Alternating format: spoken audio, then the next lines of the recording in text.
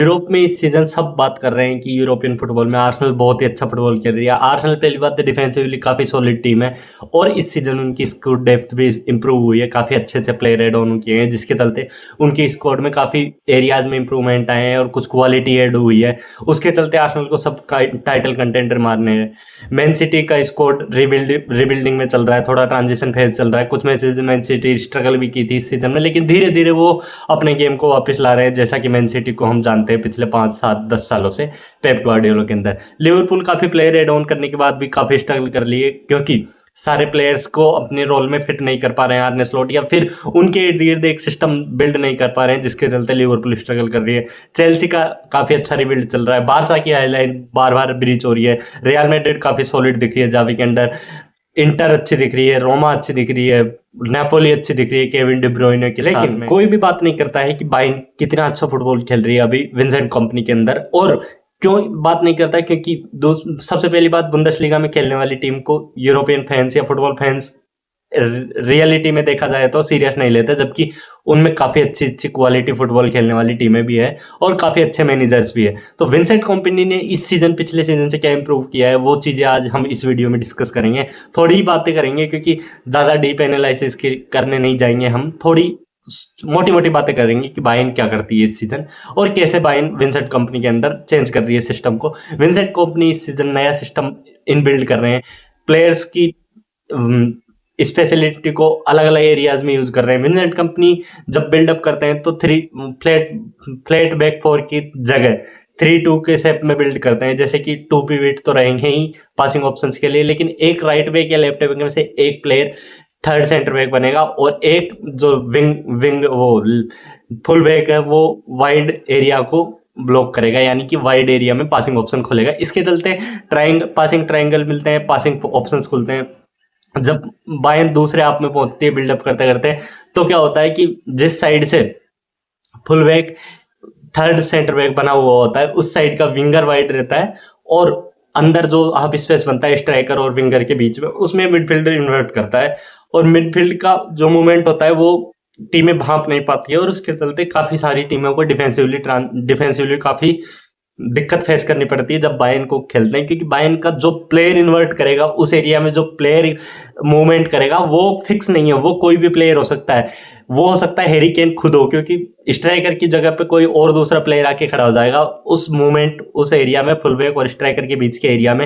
Right side पे अगर right side से राइट बैक इन्वर्ट कर रहा है थर्ड सेंटर बैक की तरीके से, तो उस साइड से वो इन्वर्ट करेगा। इसके चलते थोड़ी सी फ्लेक्सिबिलिटी आती है सिस्टम में, और यही विंसेंट कंपनी कर रहे हैं इस सीजन कि कोई भी टीम को भांप नहीं पा रही है कि किस तरीके से कौन प्लेयर इन्वर्ट करेगा, कौन प्लेयर वाइड रहेगा। ये चीज़ें कोई भी भांप नहीं पा रहा। अगर ओली से राइट पे खेल रहे हो तो ओली से इन्वर्ट कर रहे हैं तो राइट में विड तोड़ करते हैं, फिर जोशुआ कमिंस। अगर वहाँ पे कोई और प्लेयर रहता है जैसे गनाब्री भी रहते हैं नंबर 10 के रोल में, तो गनाब्री उस मूवमेंट को जो थर्ड मैन रन होता है वो करेंगे। तो इस चीज़ के चलते सामने वाली टीम उस मोमेंट को भांप नहीं पाती है, बाकी तो सब देख लेती है। तो बिल्डअप में उनका फेज रहता है, 5 अटैकर रहते हैं, 4 सेंटर बैक्स, 4 सामने वाली डिफेंसिव लाइन के आगे 5 अटैकर्स अवेलेबल रहते हैं हमेशा, क्योंकि जिस साइड से एक विंगर वाइड पोजीशन होल्ड करेगा उसके अपोजिट साइड में जो विंगर रहता है वो इन्वर्ट होगा और full back wide position hold करेगा। इसके चलते दोनों स्ट्राइकर और विंगर के बीच में 2 स्पेसेस बनते हैं, उनमें हमेशा एक प्लेयर अवेलेबल रहेगा, और इसके चलते पासिंग लाइंस बहुत जल्दी खुल जाती है। जैसे कि उनके पहले से ही 3 एट द बैक होने की वजह से जो फुल बैक इन्वर्ट हुआ है उसके चलते एक पासिंग ऑप्शन तो ऐसे खुल गया है कि ट्राइंगल जल्दी बन जाता है। जो एक 2 पिवट सिस्टम रहता है उनमें से एक पिवट जो रहता है वो फ्रीली मूव कर सकता है, वो मूवमेंट कर सकता है, वो स्ट्राइकर तक जा सकता है, और दूसरा रहता है वो डिफेंसिव ट्रांजिशन में हेल्प करता है, टीम को डिफेंसिवली सॉलिडिटी प्रोवाइड करता है। अब उसमें भी एक फ्लेक्सिबिलिटी है। जो नंबर 6 इस मतलब ऐसा रहता है कि जो नंबर 6 पिछले 10 मिनट से खेल रहा है as a deep line playmaker, वो अगले 10 मिनट में स्ट्राइकर तक जा रहा होगा। तो इस चीज को भी मार्क नहीं कर सकती कोई सामने वाली टीम की भी टैक्टिक्स बना के इस चीज को मार्क कर ले कि कौन प्लेयर आगे जा रहा है उसको मार्क करे, क्योंकि हमेशा चेंज होते रहते हैं, इंटरचेंज होते रहते हैं। कभी कभी हैरी केन काफी डीप आ जाते हैं तो उसके चलते स्ट्राइकर की पोजीशन को कोई विंगर या फिर नंबर 10 में खेलने वाले गनाब्री, या फिर कभी कभी तो राइट बैक पे खेलने वाले प्लेयर्स भी स्ट्राइकर की पोजीशन ले रखते हैं। इसके चलते क्या होता है, फ्लेक्सिबिलिटी बहुत ज़्यादा आ गई है बायर्न के सिस्टम में, और विंसेंट कंपनी सारे प्लेयर्स को फ्लेक्सिबल बना रहे हैं कि हैरी केन स्ट्राइकर है, नंबर 9 है, प्रॉपर नंबर 9 है, लेकिन उसको वो डीप लाइंग प्ले मेकर की तरह यूज कर रहे हैं, जैसे टॉटनहम में उन्होंने कुछ साल किया था।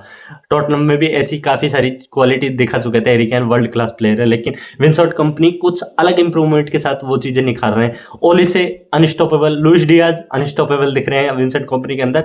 तो विंसेंट कंपनी को जब लोग बाग सीरियस लेने लगे हैं, जब इस सीजन बायर्न कुछ चैंपियंस लीग में अच्छा करेगी, क्योंकि बुंदेसलीगा तो वो जीत ही जाएंगे, ऐसा मानना रहता है फैंस का, फुटबॉल फैंस का, कि बुंदेसलीगा तो बायर्न की रहती है, लेकिन ऐसा नहीं होता है। काफी अच्छा फुटबॉल खेलना पड़ता है बुंदेसलीगा जीतने के लिए भी, और वो बायर्न हमेशा करती आई है, इसीलिए बुंदेसलीगा में उनका एक्स्ट्रा डोमिनेंस कर सकते हैं या फिर राज रहता है। अब इस सीजन अगर बायर्न सेमीफाइनल या फाइनल तक पहुंची, तो विंसेंट कंपनी को नेक्स्ट सीजन से काफी फुटबॉल फैंस सीरियस लेने लग जाएंगे, कि विंसेंट कंपनी के सिस्टम में सबसे बड़ी बात है पासिंग ऑप्शंस बहुत ज्यादा रहते हैं, थोड़ी सी इंप्रूवमेंट की भी जरूरत है सिस्टम को, फ्लेक्सिबिलिटी है उनके सिस्टम में। अगर उनके सिस्टम में कुछ क्विक मूवमेंट करने वाले सेंटर बैक आ जाए जो कंसिस्टेंट हो, उपामेकानो अच्छे हैं, लेकिन कंसिस्टेंसी का इशू हमेशा रहता है उनके साथ में।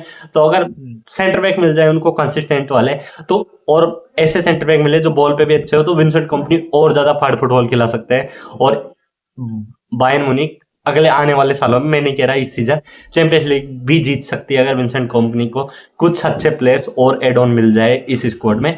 तो आपको क्या लगता है बायर्न की फुटबॉल देख के, कि बायर्न सच में इस सीजन चैंपियंस लीग की कंटेंडर है? मेरे हिसाब से तो चैंपियंस लीग में अच्छी फाइट देगी, जीतना ना जीतना ये बात की बात रहेगी, लेकिन अच्छी फाइट तो देगी, क्योंकि विंसेंट कंपनी एक फ्लेक्सिबल सिस्टम के साथ खेल रहे हैं इस सीजन, और इसके चलते बायर्न को पूरी तरह रोक न पाना किसी भी टीम के बस में नहीं लग रहा अभी तक, जिस हिसाब से विंसेंट कंपनी खिला रहे हैं। आपकी क्या राय है कमेंट सेक्शन में बताइए, और वीडियो लाइक कर दीजिए, चैनल सब्सक्राइब कर दीजिए। ये छोटा सा एनालिसिस था हमारा, डीप एनालिसिस भी करेंगे हम, पर थोड़ा बाद में करेंगे जब विंटर ट्रांसफर विंडो आ जाएगी तब।